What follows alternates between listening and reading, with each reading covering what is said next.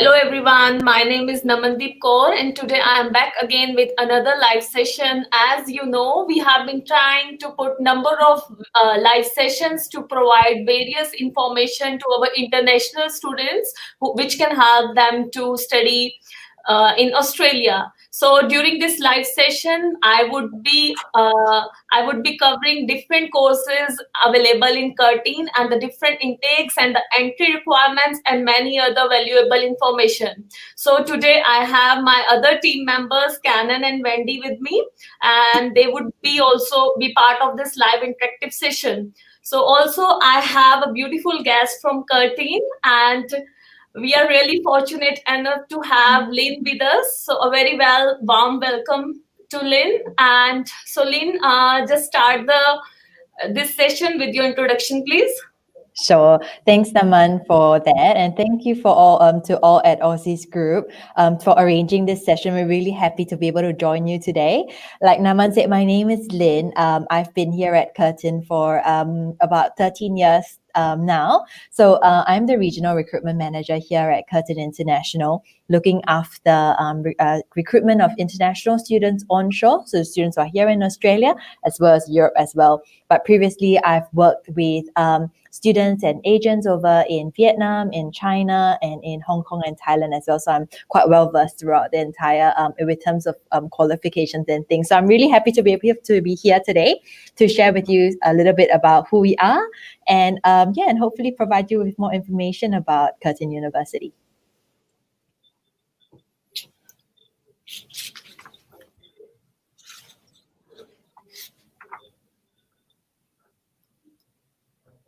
So can we start another topic of this conversation? So Canon, Sure. would you like to ask something from Lynn? Yeah, so for the question, first question, so I wanted to ask Lynn about what is the range of courses Curtin is running from certification level to postgraduate graduate level. So Sure. Maybe perhaps I'll start with telling you a little bit about who we are. So Curtin University is, we are based here in Western Australia, but we're a truly global university. So while our flagship campus is here in Perth, Western Australia, we also have campuses in Singapore, in Malaysia, Dubai, Mauritius as well. So we're truly a global campus. On top of that, we do have a campus here in Kalgoorlie, which also teaches our mining and metallurgy program. So that's a little bit about who we are and our global footprint. In terms of the courses that we do teach a wide range of programs, from bachelor's degree to master's by coursework, master's by research, and also, of course, PhD programs as well. We also deliver our English programs here on campus. So depending on your English levels, we do have the Gateway programs and the English language bridging programs delivered here at Curtin University through Curtin English. If you're at a lower intermediate level, then that will be done through our partner campus at Navitas English in Northbridge. On top of that as well, we do deliver our diploma programs in conjunction with Curtin College. So in case you don't meet the entry requirements for direct entry into our bachelor degree programs, then you can always start with Curtin College first. In terms of study areas, we do cover quite a wide range.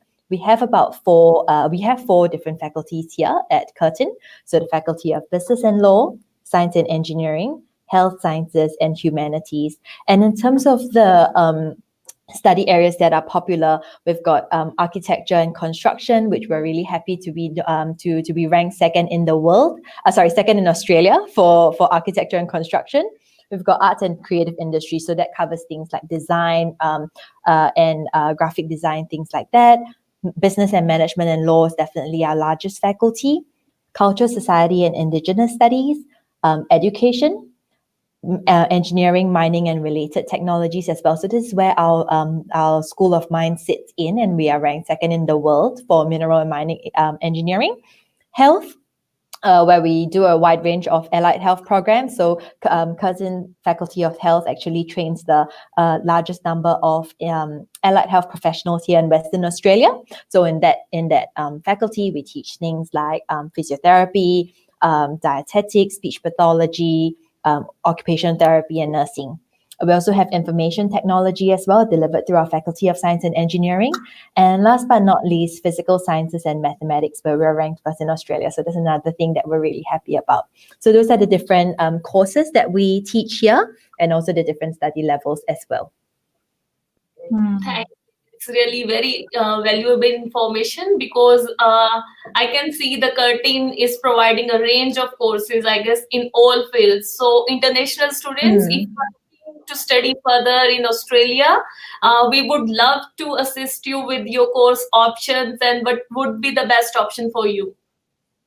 That's right. And in a lot of our programs as well, you may not need a background to get into the course. So sometimes you may sit and wonder, oh, I want to change my course or my career, and I'm not sure whether I can do that. I think the best thing to do is to get in touch with Aussizz Perth, and they'll be able to help guide you through, because there are definitely some bridging programs that you can do, or maybe perhaps some pathway programs as well to help you reach what your career aspirations are. Yeah, it's very informative. So like you just mentioned that we actually cover a lot of course from a different level, from like English course, diploma, bachelor, even master. So I guess the next thing students really curious about is the intake for each level of like study. Like when is the intake? I guess when is the last day that they can apply for that specific like courses or degree? Yep. Sorry, Wendy, you were cutting out a little bit. So just to confirm, your question was about when our intakes are and when is the last day to apply. Am I right? Yeah. Cool. Okay. So we run on a semester basis. So for most of our mainstream programs, so that's our bachelor's degree and our master's by coursework programs, we run in a semester start date. So that usually is February or July. There are some courses though, such as Master of Teaching or Doctor of Physiotherapy, for example, which have an earlier start date in January. So the best thing is to not take it for granted, and do check our website to make sure that you do not miss the course, especially if you need to package with the English program. It's really important that you know when your start date of the course will be. With English programs, speaking of that, we do have different start dates at the time of the year as well. So like I mentioned, the website is probably the best resource for you in terms of when our courses are starting. Now, when to apply for a course, it's never too early to apply. So I would really encourage you to get in touch with the wonderful people at Aussizz to get that process started. You can apply anytime as long as you have your academic transcripts with you. The last date though, if you have to apply for a student visa, then I would say really try and get your applications in for semester 1, which is February. Try to get that in by November or December, because there is also, other than the university assessment process, that's usually quite quick. It takes about 2 to 3 weeks, depending on the course and whether or not we need to assess you for exemptions. But what is the longer process at some time could be the visa process. And we want to make sure that if the borders are open in February, we want you to be able to join us here. So do take that into account when you're applying for a course. So I would say if you're offshore, try and get your application in by November, December. If you're onshore, you do have a bit of flexibility, because at least you don't have to worry about visa and things like that. So we will be able to accept applications up to January. Okay, thank you. That's very informative. Yeah. So next question, Lynn. Yeah, I just want to know, as the students coming from overseas, they have huge expectations from this education providers. So just want to, can you give us a bit information what would be the difference if the student would be studying in Curtin or some other provider? Yep. For us at Curtin University, I guess the industry placements and the work integrated learning is definitely a huge part of our program. And it's something that is weaved into all courses at Curtin, regardless of what you choose. So definitely, student, you don't choose a course to study and hopefully just graduate with a certificate. What you want to gain is that real work experience as part of your program. So in a lot of our programs, for example, things like Master of Professional Engineering, or most of our allied health programs, nursing, OT, physio, even in our Faculty of Business and Law, we do have integrated placements as part of your course as well, and that's the true strength of what it is, that what a Curtin degree offers you, that we're trying to prepare you not just for the academic side of things to make sure that you know the theory end, but also equip you with the skills that you would need when you're out there in the working force as well. So as much as possible, we do encourage that interaction with the industry. The other thing about the courses at Curtin as well is it's designed with the industry in mind. So it's not like we're off different tangents where we teach one thing and the industry requires another set of skills. When we design a course at Curtin University, we often speak to them. We speak to the industry partners. So, for example, we'll go out to CPA and ask them, for example, what are you expecting in terms of your accountants in the future? And this is how we design our course so that we integrate the skills that the employer needs into our program so that when you graduate from your course, you will be well skilled in that sense. Of course, there's the academic side and also in terms of your studies. The other thing that we have here at Curtin that is very truly beautiful is the vibrant campus culture that we have. So we do have, I wish I could show you, I could take you outside and show you what it is. We're really lucky here to be in Perth, Western Australia, where we are back to face-to-face teaching. So the campus culture here, if you have the chance to come and visit the university, it's one that's very vibrant. We are a very multicultural university. So we've got about 30,000 students on the Perth campus itself, and about 1/3 of that is international. So as you can imagine, different people bringing in different cultures into the classroom, into the university. So there's always something to do, and there's always different activities that's happening on campus. Thank you, Ling.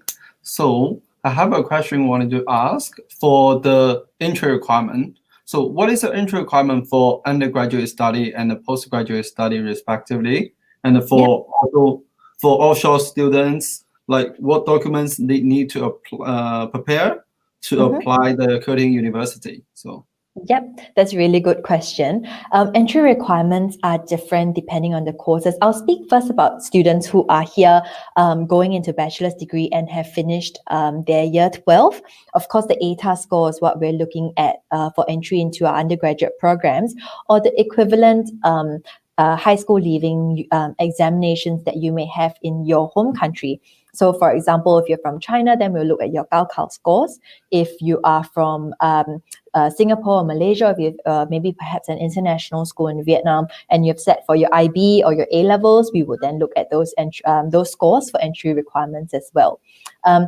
Each course has a different entry requirement. So what I would really suggest is for you to jump on study.curtin.edu.au to get that to search for your course, and from there will be a link that tells you what the entry requirement for your program is. That's for undergraduate programs.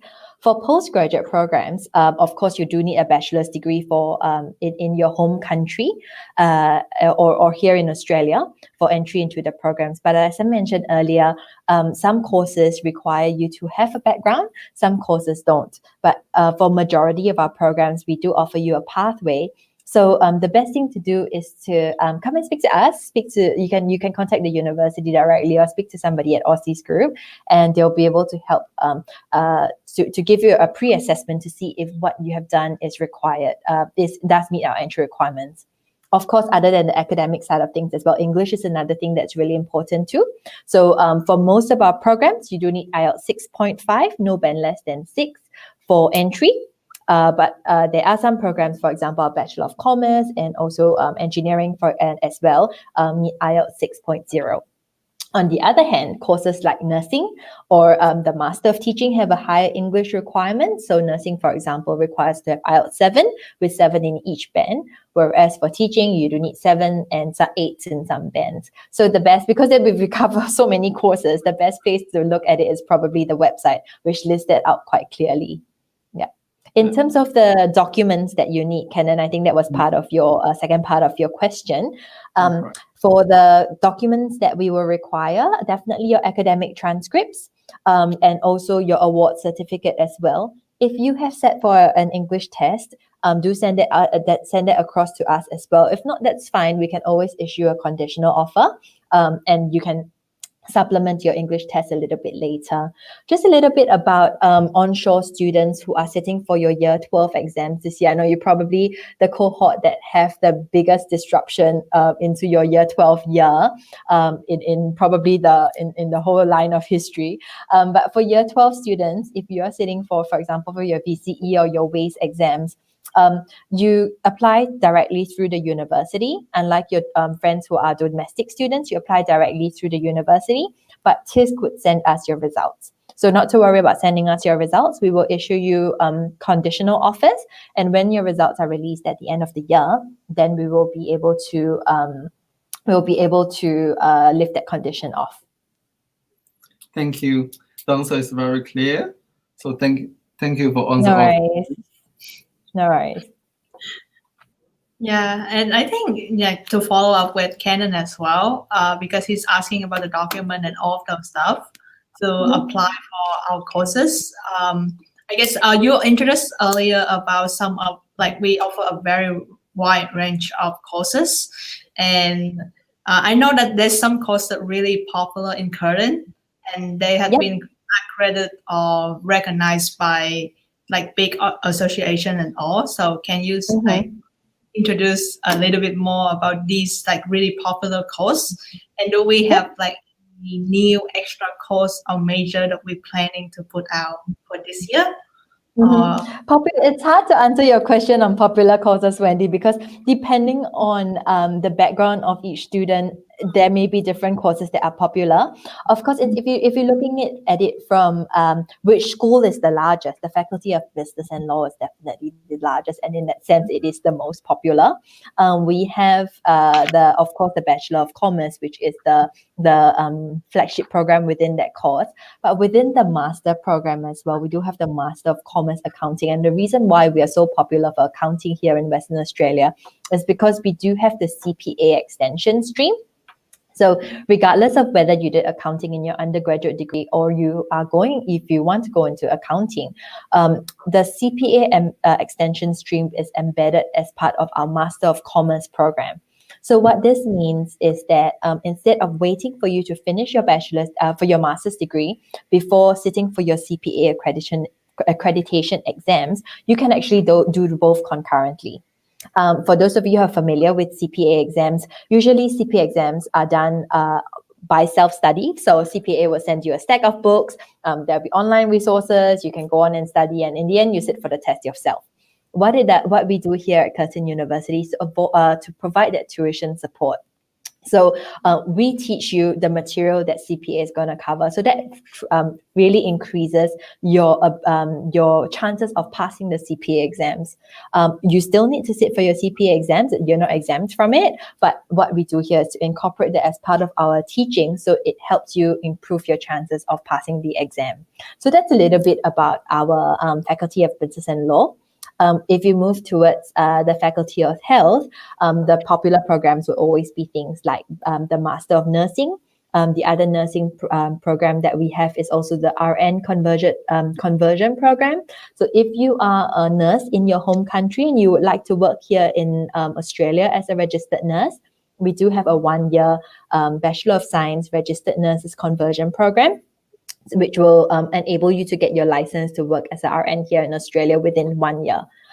These courses do require you to get IELTS 7 before you start the course, so that's just something to bear in mind with as well.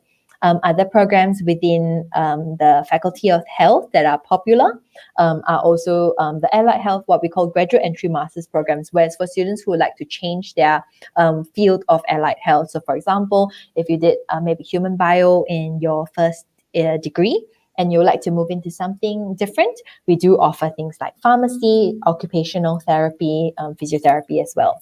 So that's with the Faculty of Health. Science and Engineering, of course, our flagship program is the Master of Professional Engineering. So this is quite, I wouldn't say it's new. We've been running it for quite some time now, but we are transitioning a few courses across into the Master of Professional Engineering. So for example, in semester 1, 2021, this would be new for us, is to move our Master of Engineering Science in mining and in metallurgy into the Master of Professional Engineering.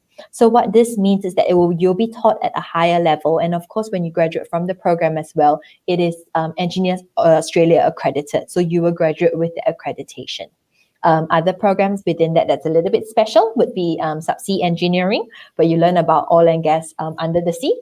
And of course, we've got professional engineering. Just give me 1 second. The lights in my area have gone off. So I'm just going to go back and switch it on. Just give me one moment.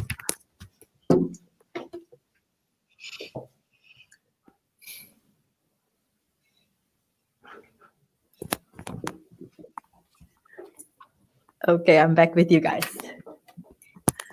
So sorry about that. The lights go off once you stop moving in this room. So yeah. So I was talking about that as for science and engineering. The other course that we have, of course, data is something that everybody's very interested in right now. So we do have the Master of Predictive Analytics as well, which will teach you, of course, things like data science and how to interpret that. Within the Faculty of Humanities, the last one I can think of, the popular program is always the Master of Teaching.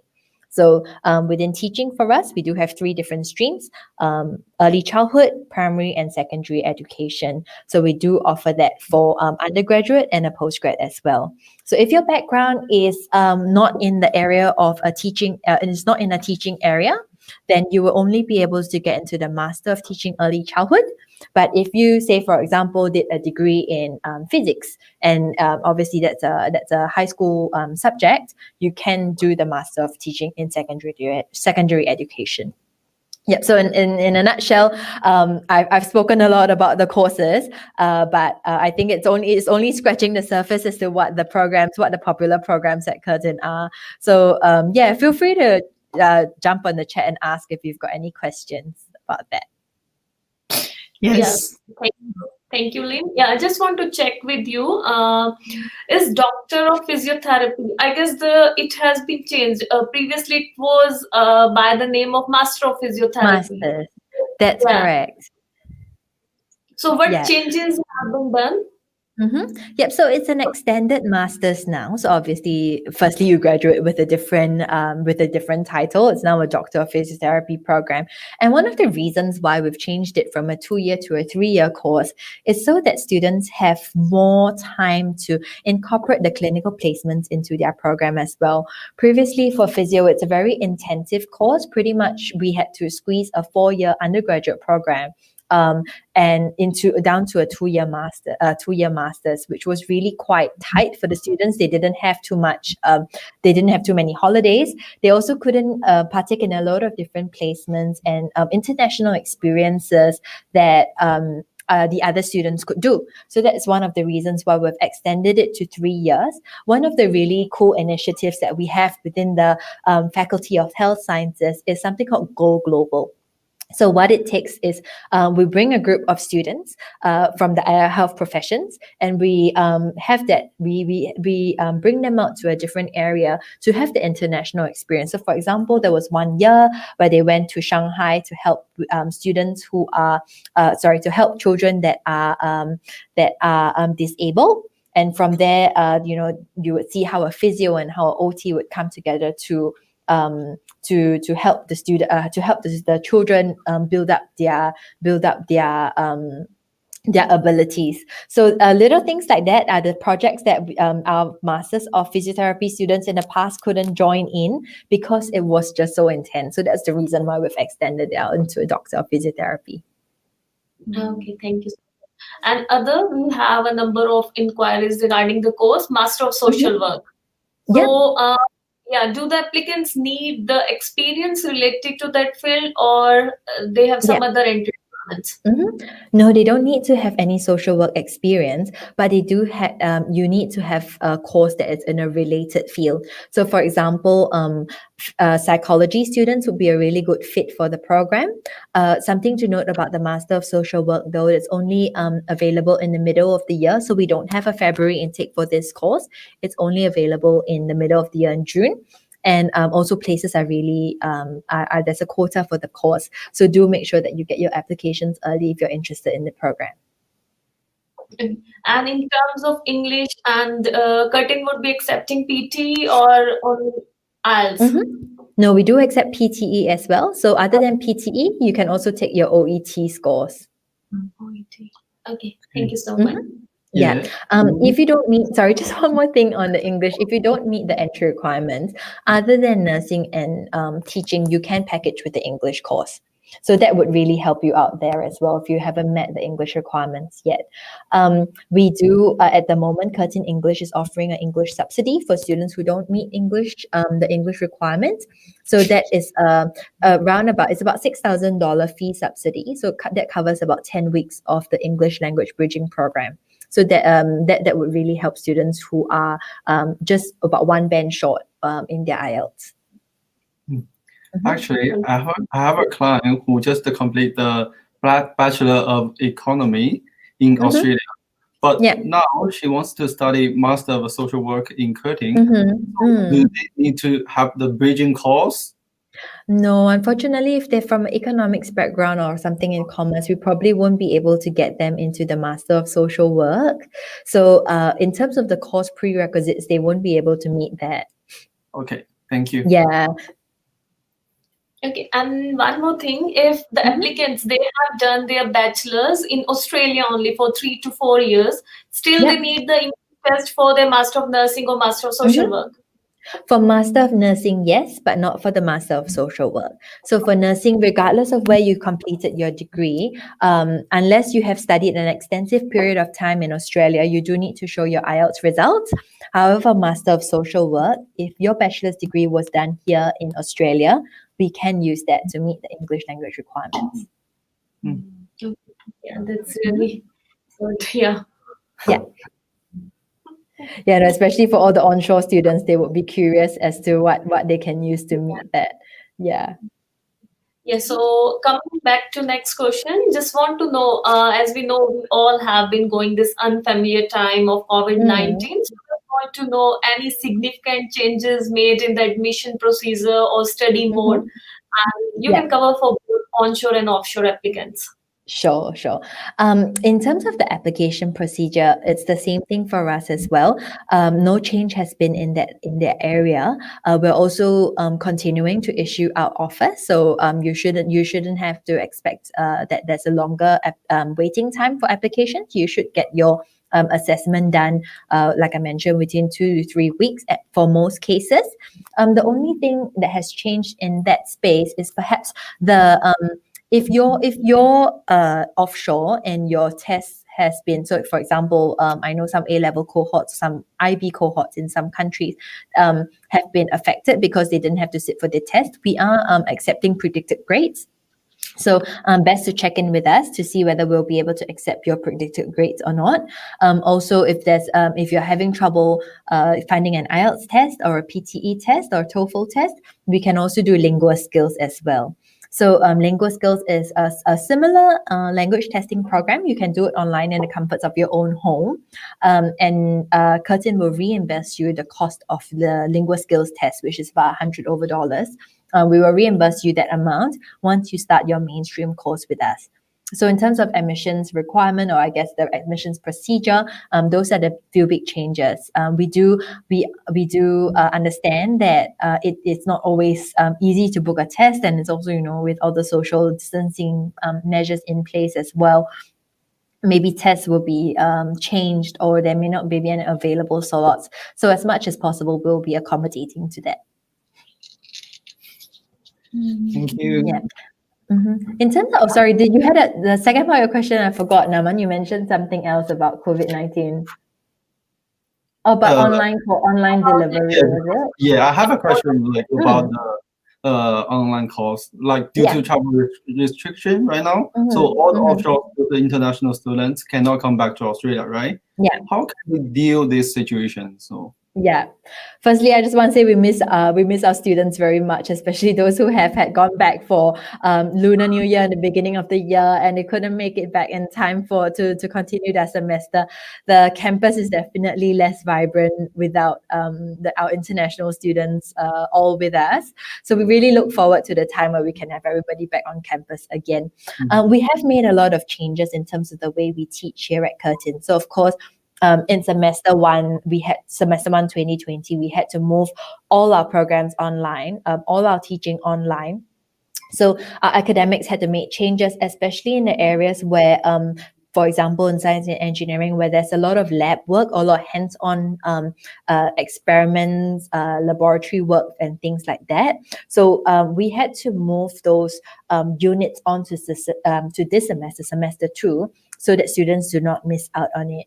For example, our another program that I can think of would be our health science programs, where the students had to go out on placements, and that had to be delayed because obviously the hospitals were not taking any interns in during the COVID season, the peak COVID season. So those were some of the changes that we had to do.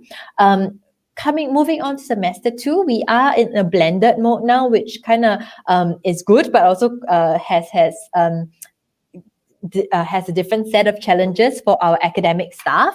So semester 2, and I guess maybe even going forward in semester 1 next year as well, we don't know when the borders will open. It's a blended mode of both face-to-face teaching for students who are here in Perth and online for students who are over east, so outside of WA, or if they're overseas offshore. So resources and things like that are all placed online in our learning portal called Blackboard. So you'll be able to access iLectures. But it's not just about listening to a lecture. It's not just about watching a video and listening to the lecturer deliver the content. A lot of what we do on our online teaching space is also interactive. So we use a platform called Blackboard Collaborate, which has the ability for you to break out into rooms, so you do not miss out on the experience of engaging in conversation with your classmates, because you will be put into breakout rooms, which is, I guess, simulating what it would be like in a classroom, where your lecturer may say, okay, now you go and have a small group discussion about this topic, and then that's when you go into your breakout room and discuss about perhaps financial analytics in a certain area. So, and then from there, you would come back and join the bigger group, the bigger tutorial group. So in that space, while yes, we are restricted in the sense of whether we can physically be with each other, but as much as possible, we're trying to make the experience as real as possible. So you do not miss out on the experience of speaking to people, speaking to your classmates at all. Yeah. Thank you. That's great.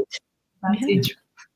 Yeah, and from what you say, like the student from offshore, especially, they are secure that they have the support, like obviously from our new online study mode, and as well as the student on campus is now back to the campus. But I guess what they're really concerned as well is that through the COVID, a lot of students, especially international students, they face a lot of financial hardship. Absolutely. I see you also, I mean, Curtin is also give out a lot of financial support in terms of during the COVID. So coming into the new semester, do we have any scholarship for on campus student as well as off campus student? Yep, we do. So we are in the process of finalizing a couple more scholarships to help our students with that. Firstly, I'd just like to start by saying that if you experience any financial hardship within when you are studying with us, there may be other avenues that you can try and look that can help you as well. So do get in touch with our student services team. They might be able to point you in the right direction. And also our student guild as well may be able to assist you. So help is there for you. Don't be shy to ask for help or to ask for any assistance in that space. But when it comes to official scholarships, I do have something to share with you guys today. So if you just bear with me for a moment, I'll just quickly share my screen so you can have a look at what we have. Just give me a second. Yep. Can I just check that you can see my screen? Yep. Yes, okay. Yeah. So with the pub, I just have a couple of scholarships that I thought would be better to put it down in writing. So we've got the Curtin International Scholarship launch for 2021. We're just finalizing a few details, but this is what I can share with you today. So we have a few categories within that. So with the Curtin International Merit Scholarship, this is for students who have a course weighted average of 60% for Australian universities. For those of you who are offshore, we may have to look at whether your university is section 1, 2, or 3 in order to make that judgment of whether you'll be eligible for the scholarship or not. So do just send us your application. We don't charge anything for applying anyway. So we will automatically assess you for the scholarship as part of the process. If you're eligible for the scholarship, for courses that are more than 2 years in duration, this will be 25% scholarship of your first year tuition fees. If your course is less than 2 years, so for example, you may be doing a 1.5 year master program, that will be 25% of your 1 year, 1 semester fee. The difference between last year and this year's program is that now we're also awarding students who have credit exemptions the same amount of scholarship as well. So as long as your course, is more than 1.5 years, so 300 credits in duration, you will get the scholarship for 25%. At 25% of your first semester. So that's a little bit about the merit scholarship that we have. For our school leavers, so those of you who are sitting for your year 12 exams soon, we do have the Australian Year 12 scholarship as well. So this one has no CWA requirement. This is for all school leavers. And the other category that we have is the alumni and family scholarship. Also similarly, no CWA requirement as well. So if you are a current Curtin student who is progressing into your postgrad program, you will automatically be eligible for this. Alternatively, if you have a sister or brother, cousins are not counted, so it has to be a blood relative who studied at Curtin and you'd like to come over here and join them in your course, there's this scholarship will be extended to you as well. So like the other, like the merit scholarship, this would cover 25% of your first year tuition fees if your course is 2 years in duration or longer. If it's less than 2 years, then it'll be 25% of your first semester tuition fees.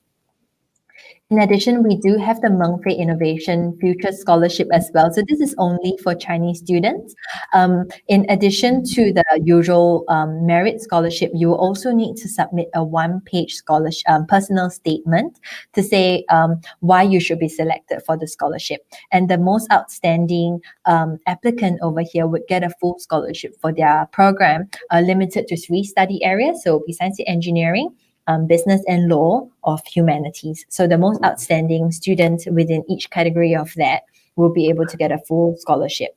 In addition, if you don't fall into the category of, if you don't get the full scholarship, then what you would get is the 25% plus a $3,000 accommodation scholarship that you have. Yeah. So that's a little bit about us. Yeah. Like I mentioned, we do have more financial assistance that will be announced in the coming weeks. So what I would suggest is to really of course, we'll let Aussizz know when the information is out, but also keep a lookout on our Facebook page as well, Facebook and our website, because that's where the information would be updated regularly. That's really good. So the scholarship that you have mentioned is also available for, let's say, offshore students as well, right? Correct. It's available for both onshore and offshore students. So like for students that finish year 12, let's say in Vietnam or China, and go into Bachelor in Curtin, the basis of 60% is on their last year of like year 12 in our country as well, right? Correct. That's right. That's great. So we have our admissions team let you know what is, for example, what's the Gaokao score that's required for entry into the course, because it depends on where you're from as well. So similarly for Vietnam, we'll look at what your GPA is at the end of your course, and we'll let you know. Yeah. So for Chinese like offshore students, you only accept the Gaokao results, or even after you complete year 12, you also accept Mhm. that result. Both, you accept the both results, or No, we do need to see the Gaokao scores. So if they have set for their school exam, but they haven't set for their Gaokao, what they would need to do is to go through Curtin College for diploma stage 2 first.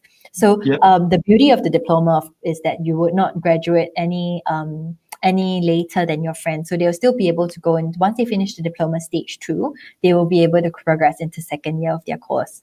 Yeah. So that's the only thing if they haven't set for Gaokao. Yeah, it makes sense. Yeah. Thank you.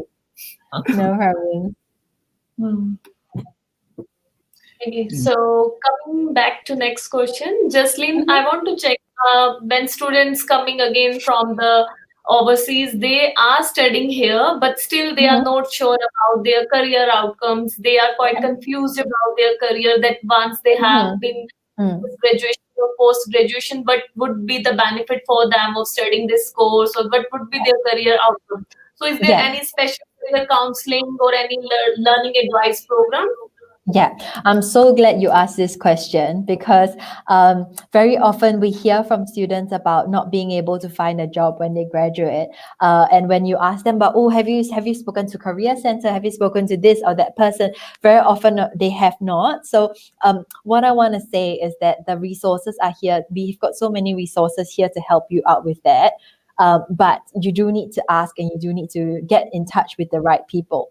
So on a central team, we do have the Curtin Careers team, which help you with things that are a little more generic. So for example, if you think about things like how to write your resume, how to network, how to get your personal branding done, those are the things that the central careers team would be able to help you.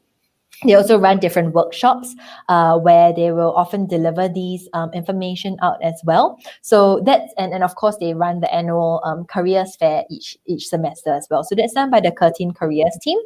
On top of that, we also do have a specific student engagement team within each faculty that can help you out for specific course or rather industry placements.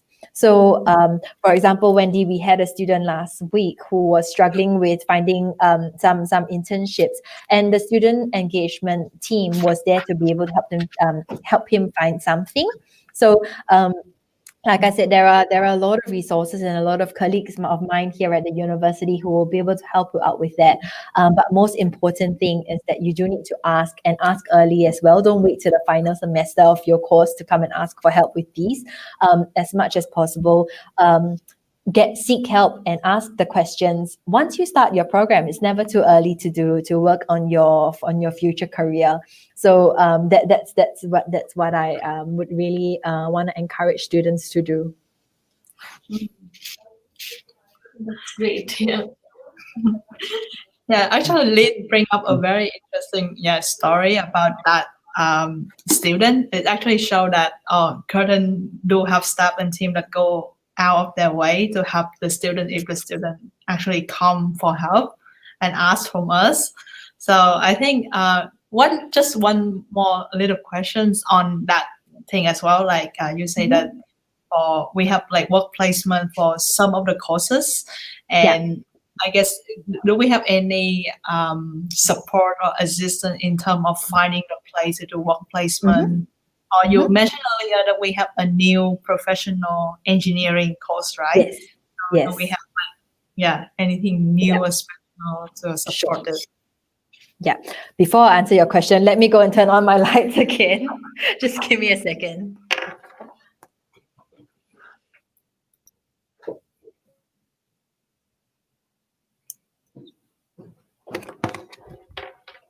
Okay, I'm sorry for jumping in and out of the screen. So coming back to student placements and the support that the university does for to help our students with that sense. For most of our allied health programs and the Master of Professional Engineering, for example, the internship component is embedded as part of the course. So it's actually a unit that you do. So the university would help us take for example a nursing student. A university would tell them, okay, so as part of your course, these are the internships, these are the clinical placements that you'll be doing. What the students usually do is that they'll fill out a questionnaire regarding where they live, whether they have a car, and with those things in mind, the placement team would then help them to put them in for example, a hospital that is closer to their home, or a place that they can get to as well. Similarly, for our Master of Teaching program or Bachelor of Education programs, we'll also do that with the schools as well. So we'll be able to find a school for the student to go and have their placements at. However, for things like the Master of Professional Engineering, that's in a slightly different structure. So they would then meet with the Director of Student Engagement, who will then go through almost like a similar like an interview process where they will see what is the sort of what is the sort of student that they are, and they'll be able to link them up with a company. There's still that interview process, just as how you would be like looking for a real job. You will still have to go through the interview process, but it is guaranteed that you will have a placement. So say for example, if I interview with company A and I'm not successful with them, what happens is that you'll then come back and my colleagues will sit down with you and they will go through the interview skills with you, maybe brush up your resume and help you find a fit with another company that perhaps will be better suited for you. So it's a guaranteed internship, but it might not be your first place that you get into. But the beauty of it is that we help you refine your resume and also your interview skills through the process as well. Similarly, with the Faculty of Business and Law, there is also a student engagement team that helps do something similar. And that is also done in conjunction with the Chamber of Commerce and Industry here in Western Australia. So for all our Bachelor of Commerce students in the final year, they do a business internship. They have the option of doing a business internship unit. They don't have to, but the option is there for them to do. And they can, they will be able to go out to have an intern place. That is round up.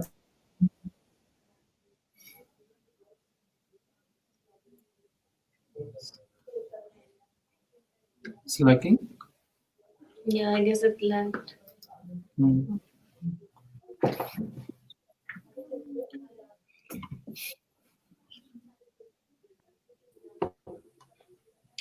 Oops, did I drop off?